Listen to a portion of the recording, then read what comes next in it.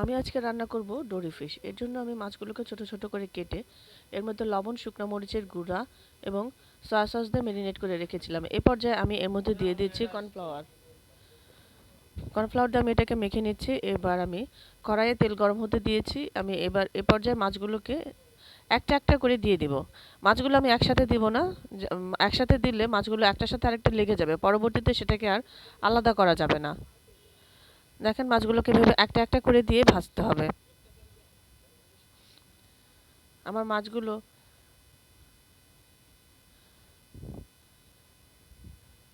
মাছগুলো একটা পাশ হয়ে হয়ে আসছে।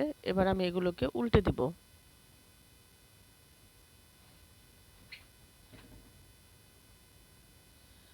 দেখেন কি সুন্দর ভাজা হয়ে এসেছে।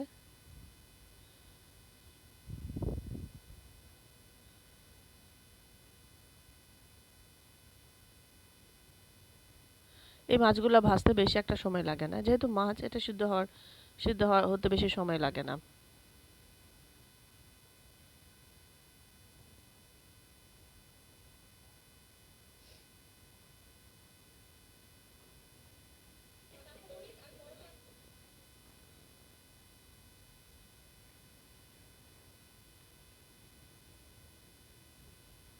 আমি পাশ দিয়ে আরো কিছু মাছ দিয়ে দিচ্ছি। আমার মাছ ভাজা অনেকটা হয়ে এসেছে। এভাবে মাছগুলো ভেজে নিতে হবে। এবার আমি রান্নার পর্যায়ে চলে এসেছি। আমি এর জন্য কড়াইয়ে প্রথমে তেল দিয়ে দিচ্ছি, তার মধ্যে দিয়ে দিচ্ছি পেঁয়াজ কুচি।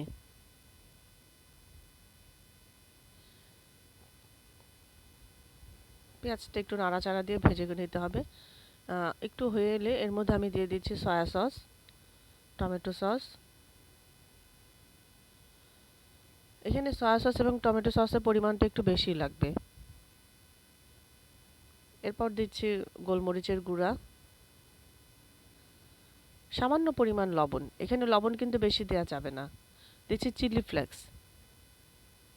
এখানে লবণ বেশি দেওয়া যাবে না, কারণ সসের মধ্যে আপনার লবণটা একটু থাকেই। সয়া সসের যথেষ্ট পরিমাণ লবণ থাকে, যে কারণে যখনই সয়া সসটা ব্যবহার করবেন আপনি লবণটা একটু পরে স্বাদ মতো দিবেন। এরপর যে আমি এবার আমার ডোরি ফিশগুলোকে আমার মশলার মধ্যে ছেড়ে দিচ্ছি। এবার আমি মশলার সাথে মাছটাকে ভালো মতো মাখিয়ে নিচ্ছি। সামান্য একটু পানি মিশিয়ে নিচ্ছি যাতে মাছটা একটু জুসি জুসি থাকে, নাহলে আমার মাছটা একেবারে পুরো ড্রাই হয়ে যাবে এবং খেতে ভালো লাগবে না। দেখেন কি সুন্দর আমার জুসি ডোরি ফিশ কারি।